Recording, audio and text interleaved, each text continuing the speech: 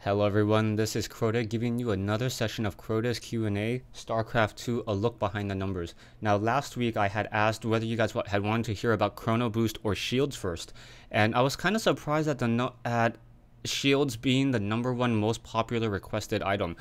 I always found Shields to be very straightforward, but apparently there's something I'm missing, so I'm just going to go ahead and take a look and go into a quick overview of what shields are. So taking a look at the slide, you guys can see that shields are simply an extension of a Protoss unit's life.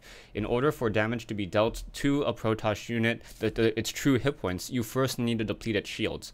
So for example, the Zealot has 50 shields and 100 hit points. The Stalker has 80 shields and 80 hit points. Finally, the Archon has 350 shields and 10 hit points.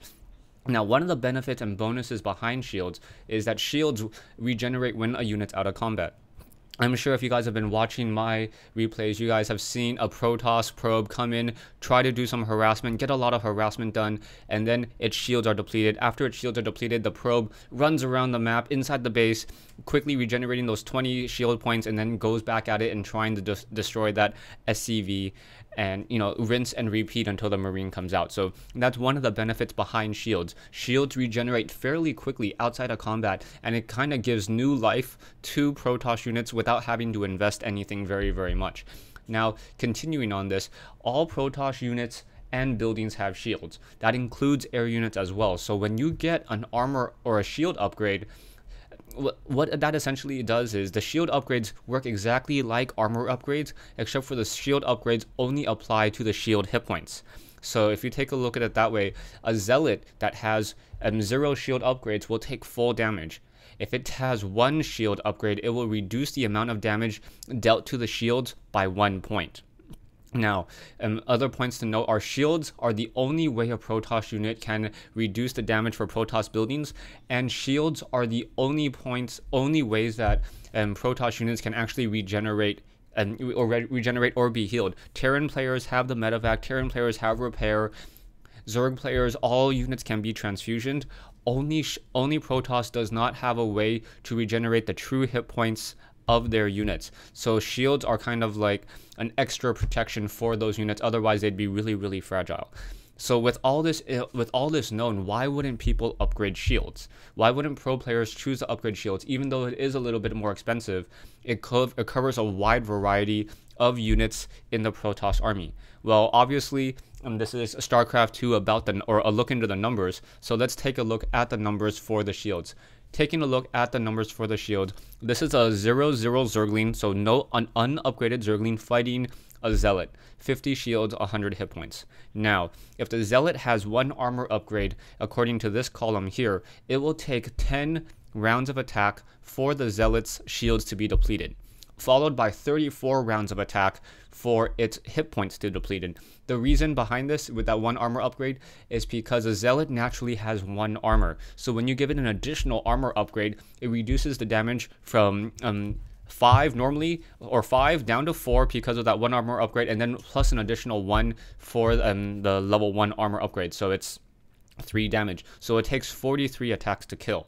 Taking a look at a shield upgraded Zealot, the shield upgraded Zealot, you can see over here, it takes 4 damage per hit to the shields, followed by 4 damage per hit to the hit points, totaling of a 38 attacks to kill in order to defeat a Zealot. So in this particular instance, Zealots, it would actually be better for the Zealot to get the armor upgrade over the shield upgrade if you are going into a very heavy Zealot fight. Now, taking a look, what happens if a unit has significantly more shields than hit points? Say, for instance, the Archon. Now, this is just an example, and we can all understand pretty much from the last example that if an Archon has the armor upgrades, it's not going to really help him out that much. Instead of dying from 2 attacks to kill, now it takes 3 attacks to kill since it's only 10 damage. But the massive amount of shields that the Archon has increases the attacks to deplete from 70 to 88. So in this particular instance, you see that it is 73 attacks to kill an Archon that has an armor upgrade versus 90 attacks to kill an Archon with shield upgrades. We're assuming that there's no regeneration here, just constant attacking, 1 Zergling pecking away at an Archon, the Archon standing there for some reason not fighting back. Now, these two examples, one, the Zealot had more hit points, and then the Archon had more shield points. So what happens if it's, say, an even balance? And this is where we get into the Stalker. The Stalker is one of the most common units in the Protoss army. So that's one of the reasons why I wanted to look at the Stalker as the key example. Now, if you take a look at this chart, it takes 16 attacks to deplete a Stalker without any shield upgrades. And then it takes 27 attacks to deplete the hit points without the shield upgrades, or without the with a level 1 armor upgrade, for a total of 43 attacks to kill. If you take a look at the Stalker with the shield upgrade, it would take 20 attacks to deplete the shields, followed by another 20 attacks to deplete the hit points, for a total of 40. Now you may be looking at this or like, wait a second, the Stalker has 80 hit points and 80 shield points. Shouldn't those numbers be the same?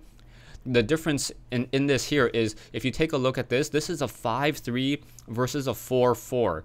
The reason why 5-3 is better than 4-4 in these cases is it's the amount of damage reduction. We're not talking about a percentage in damage reduction. We're talking about a static damage reduction in these fights.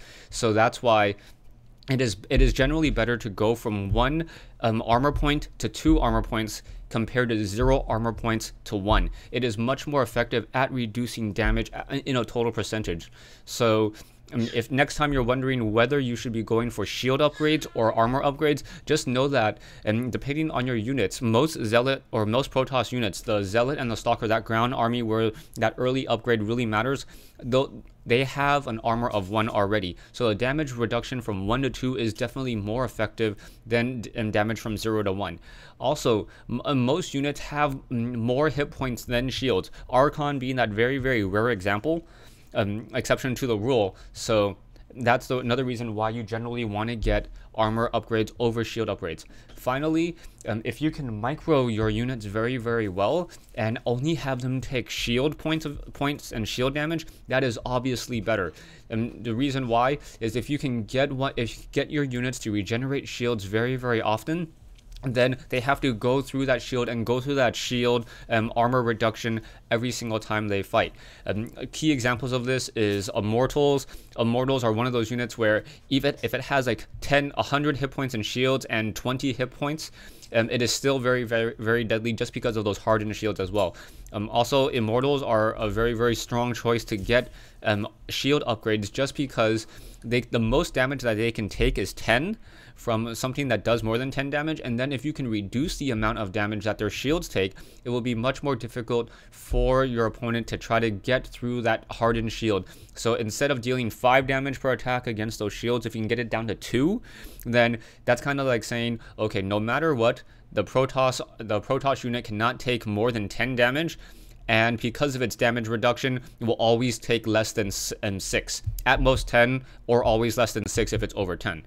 So, just really, really good things to look at. Thanks for watching. I hope you guys enjoyed this tutorial on shields. I was going to combine this with Chrono Boost and also another tutorial on minerals and how to keep track of your production buildings. Some of you guys really liked the gas article, but some people really wanted to see the numbers behind how I got to that. And then I was thinking, you know what, minerals would probably be a really, really good example of just trying to dig into that numbers. So I'm going to leave you with a very one of the slides for next week. You guys can go ahead and take a look at the slide. Yeah, minerals, how to spend your minerals. 50 minerals, a lot of money. So yeah, sorry, my Kanto fake Hong Kong accent not as good. 50 cents, a lot of money. Yeah, anyways, go ahead and take a look at this. I hope you guys enjoy it. And it's just a number of production buildings units on the left. I will be going into all 3 races, explaining Zerg, Protoss, and Terran. I'll try to explain a little bit about Chrono Boost as well, how it affects minerals. Also, I will try to explain how warp in affects mineral accounts as well. I know a lot of you guys don't know this, but Protoss players, if you are not using warp in, get warp in. Warp in essentially reduces the building time of all of your units and buy 10 units of time. So it's almost better than a reactor in that particular instance, because you instantly get your unit and then your cooldown is significantly less. But I'll go ahead and take you through that and walk you guys through that next time. Thanks for watching. Remember to like my videos. And that doesn't seem to be a problem with the Q&A session. A lot of people remember to like it, but also remember to like my other StarCraft 2 videos as well. Thanks for watching. Thanks for listening. I hope you guys come back for my minerals discussion next week.